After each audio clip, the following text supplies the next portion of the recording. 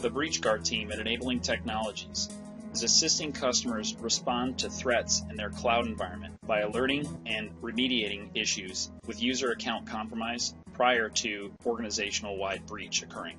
These are turbulent times. Attackers know that users are roaming the globe, logging in from anywhere without a VPN to get at their cloud resources.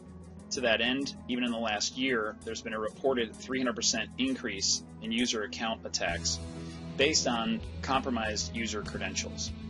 Microsoft makes logs available to enterprise IT pros so that they can look and see where users are logging in from and what access they have to the data that's online.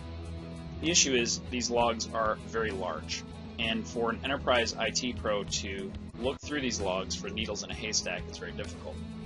Yet customers have a shared responsibility, even in Microsoft's secure cloud. Customers need to know about their issues immediately. They need to know what to do next and how to handle them. They need to resolve and remove further risk prior to more users having their accounts compromised.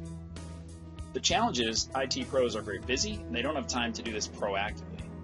Thus, Enabling Technologies has introduced a threat response service to take some of the burden off IT pros, and instead of making them sift through logs upon logs looking for a needle in a haystack, to surface actionable alerts in their inbox so that they can immediately take action. Enabling's threat response service provides customers with two types of communications. First and most important, an IT pro can get an alert from our system as soon as an event is reported by Microsoft, such that they can take immediate action. Inside the report are information about the user and how they've been compromised or potentially compromised.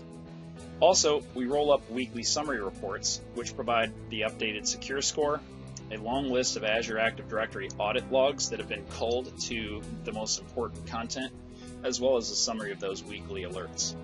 In addition, Enabling Technologies can be at your service to analyze, remediate, and make policy adjustments to minimize false positives or to raise up specific true positives in your specific environment.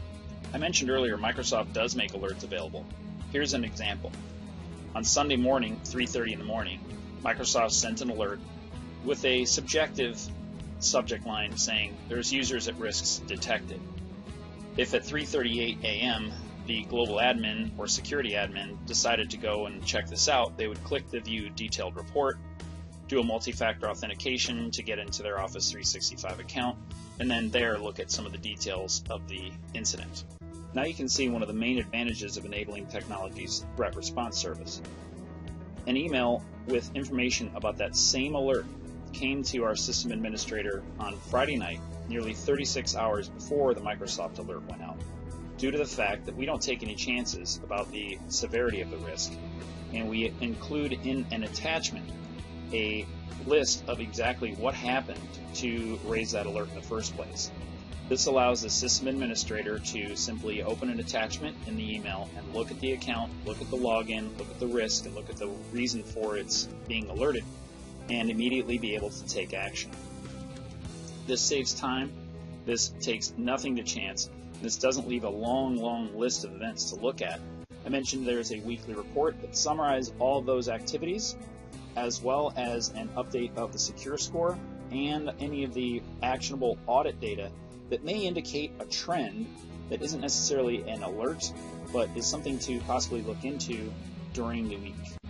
Let's face it, there's a lot of logs that Microsoft makes available in their Azure Active Directory and Office 365 suites, and to sift through all that data would take an inordinate amount of time.